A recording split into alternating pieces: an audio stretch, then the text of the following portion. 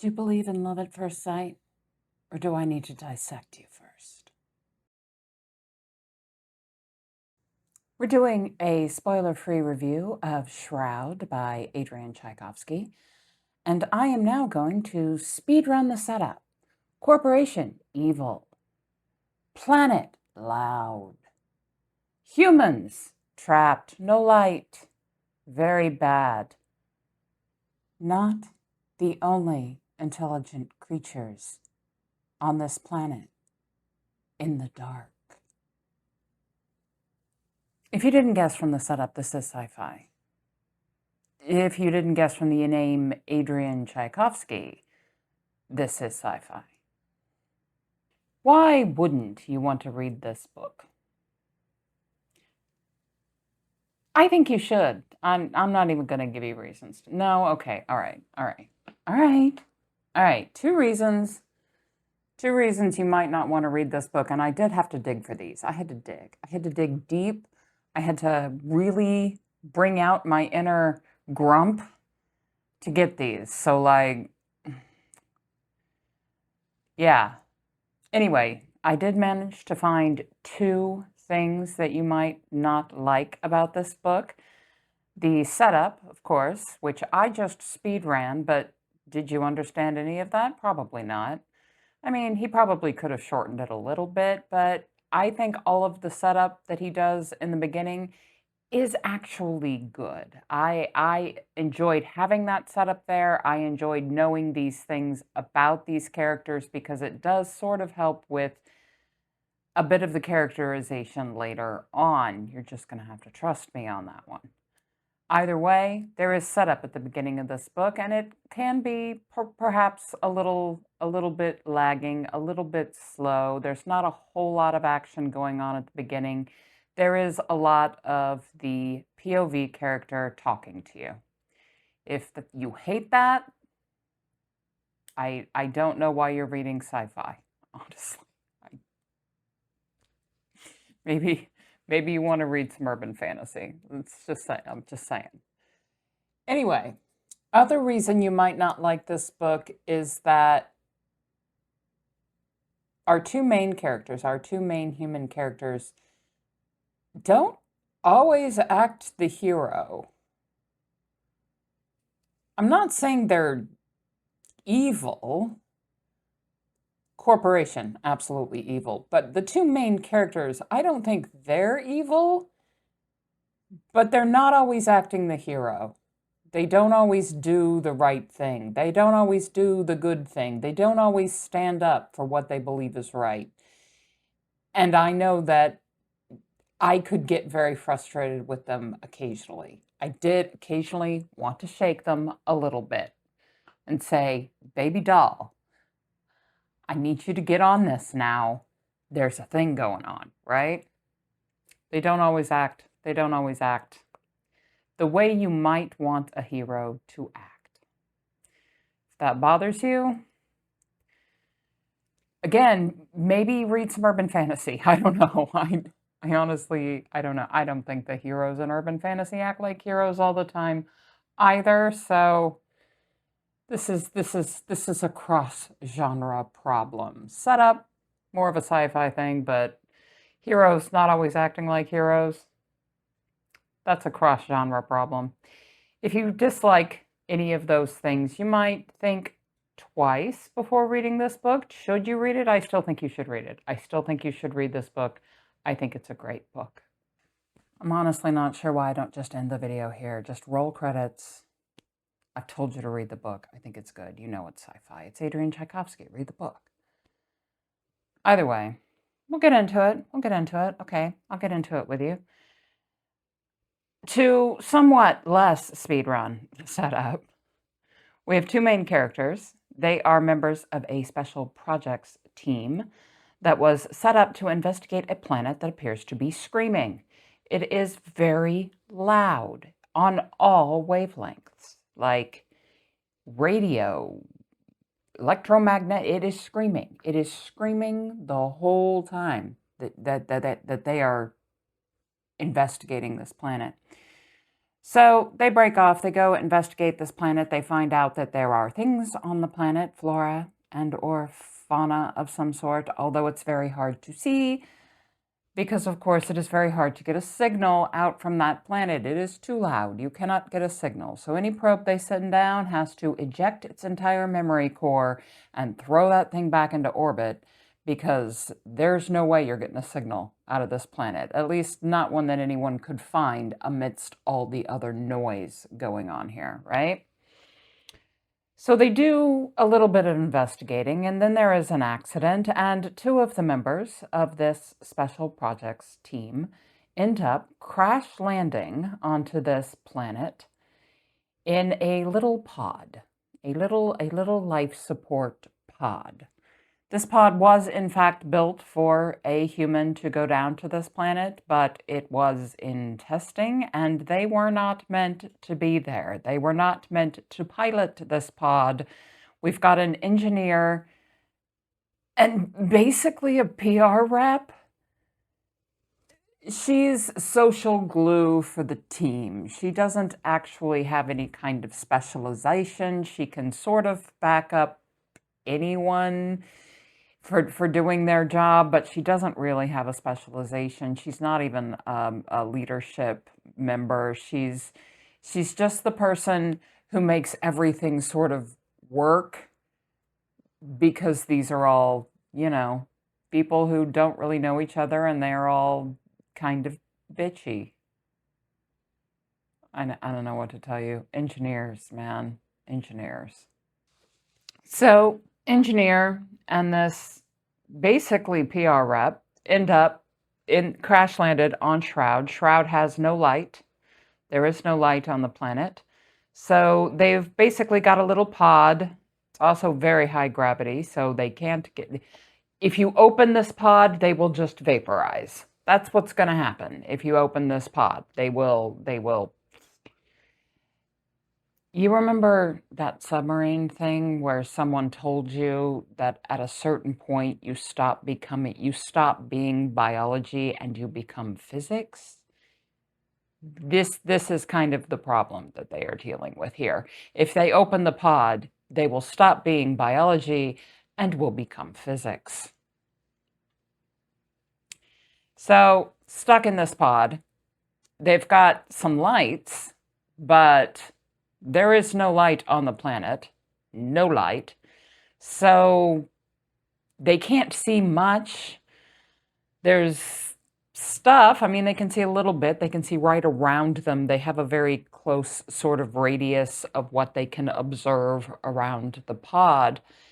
And you and I and the audience and the characters will find out very quickly that there are other things on this planet. The characters do not know at the beginning of the book what these things are, but you and I will know very quickly because you do get a POV from the alien. And I say alien singular because it's a hive mind. You'll figure this out very quickly as well. This alien that they are dealing with is a hive mind, and it is fascinating. The way he constructs this alien and the way he gives an actual POV from a hive mind in a way that you and I can actually relate to it is so good. It is done so well. And the basic point of this book is that these two special projects team members need to get off this planet. And they can't just send a signal because, as I said, the entire planet is screaming. There is no way to get a signal out around all of that noise. No one will ever receive that signal. But there is a tether. So if they can make it to where that tether is, if they can even find that tether, they can attach to the tether and send actual information into space. This is the basic plot of this book, is our two members trying to navigate this pod through a lightless planet, past all of this dangerous flora and fauna, while the hive mind is sort of creeping around them. This book has been tagged horror. I don't think it's horror, but I can see in some places in this book where it might get a little creepy because the hive mind does not understand what a singular mind is, and the characters do not understand that these things that are sort of creeping around and following them through this lightless planet might actually be intelligent. It's possible that this thing is just waiting for them to fall over so that it can feed on them. It's very hard to tell there at the beginning, and they don't know right at the beginning whether or not this thing is sentient. We, the audience, know that, but the characters do not. So you've got two separate POVs that you're following with the same basic plot of trying to get these two humans to this tether so that they can get, a signal out so that somebody can rescue them, right? And we're following both of those POVs, and you're understanding sort of why they're getting into problems with each other. They don't understand each other. We can kind of understand because we are getting the other POV. So we understand sort of what the humans do, kind of naturally. They do talk to each other, and you do get a bit of why they are doing a thing or what they're thinking about a thing. But honestly, we relate to humans pretty easily, so a lot of that is pretty understandable on its own. And the interior of the pod POV is sort of not, I don't want to say character drama, it's not really a character drama, but it is these two characters trying to get through this, especially when one of them is not a specialist, doesn't have any real big talent, And then you get the other POV of the alien, in which you do understand their motivations, what is going on. You can relate to them a lot more because they are talking about their world and how they perceive it and things like that. It is very interesting. I love this. I read a book. I actually talked about it in my nonfiction recommendations book. In my nonfiction recommendations video, which I will link below if you want to watch that. But I was talking about this book. It's called An Immense World, and it is about how animals and other non-human things perceive the world around them. It's about senses. And I said, and I thought it at the time that I read the book, that sci-fi readers should be required reading. It should be required reading for sci-fi writers to read this book about ways to sense the world around you other than through sight, which is mostly how humans do it. Humans are mostly sight. And what you end up with, I think, with a lot of aliens in modern sci-fi is you sort of end up with the Star Trek alien problem, where they're just like humans with funny foreheads.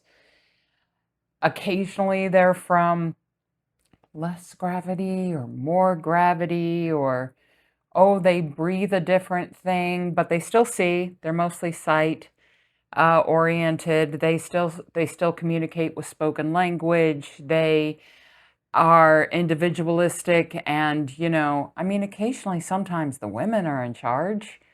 But that's okay because Riker will still sleep with all of them. So yeah, you end up with this sort of all of the aliens that we meet in sci-fi are just humans using different words with just a few variations. You don't get a whole lot of other ways to be. And I really liked this book for its portrayal of another way to be, and how that other way to be would work, and how it would colonize the planet and how it would understand the world around it and how it might relate to things that it has never seen before. Very interesting. Very interesting look at an alien, very interesting alien species. Absolutely read this book if you are into that kind of thing. That was absolutely no spoilers. Absolutely no spoilers there. Everything I told you happens very quickly. You will understand all of these things very quickly. If that's all you want to know, and honestly, I do suggest that is all you know, stop now. Stop watching the video and go read the book. You can always come back. Spoiler. Okay. I want to talk about what happens when they do get rescued. They do get rescued. And they figure out very shortly before they get rescued that these aliens are sentient. They're doing something. They've created art. They've created something, a map, a picture of their universe. And it's like art, and they see it and they go, oh, these aliens they're sentient, they're thinking, they have created artwork. They have made a map of their solar system, of the world around them. They are thinking creatures, and they can help us, and they have been helping us, kind of in their own way. So before the two characters are rescued, they figure this out. But the corporation they work for is here to extract resources from this planet, and that's all it cares about. So the next part of this book, the part towards the end of this book, is not so much about these two characters trying to survive this planet and figure out what's going on with these creatures that are following them around. It's now shifted a little bit to, we know there is a sentient species on this planet. They helped us get where we were going. They helped us get rescued. And the corporation just wants to extract resources. They have decided that these are animals. Even if they were sentient, I don't think this corporation would care. It would just work around them until it couldn't work around them, and then it would just exterminate them. So now you're dealing with a corporation trying to commit genocide on a sentient alien species. And that is the last half of this book. And this is sort of the part where our characters do not always act like heroes. They're stuck in a system. And I don't think either one of them really... It shifts a little bit to be about being stuck in a system, having been raised in a system. This is the only thing you know. And how do you deal with that when you know that the system is wrong? There's something wrong with the system. But you have never been shown any way to do anything other than what the system is. There is no... We don't talk about how the system might have flaws. We only talk about how great it is. And so the end of this book really does get into a lot of how do you break out of that system? Can you break out of that system? Is that a thing that people would do? And that is also, I think, a very interesting part of this book. Anyway, I'm going to stop. Spoilers there. End spoilers. End spoilers. No more spoilers. I have now read every book that is nominated for a Hugo. I did DNF Everlasting. I did DNF the Everlasting, but every other book that was nominated for a Hugo this year, I have now read. Shroud was the last one. It was the one I could not get. I finally got it. I finally read it. And so now I have read all of the Hugos. So look forward to a video shortly before the Hugos are announced, in which I will tell you which ones I want to win. I can tell you that I think Shroud will be pretty high on that list, although it's got some pretty stiff competition. So look forward to that video. In the meantime, please like, please subscribe, please leave me a comment, please yell at me, please tell me to never, ever talk about spoilers again, ever. Bad. Bad human. Don't do, well, you can do that. I don't care. The algorithm doesn't care. So, yes, please like, please subscribe, and I will see you later. Thanks for stopping by.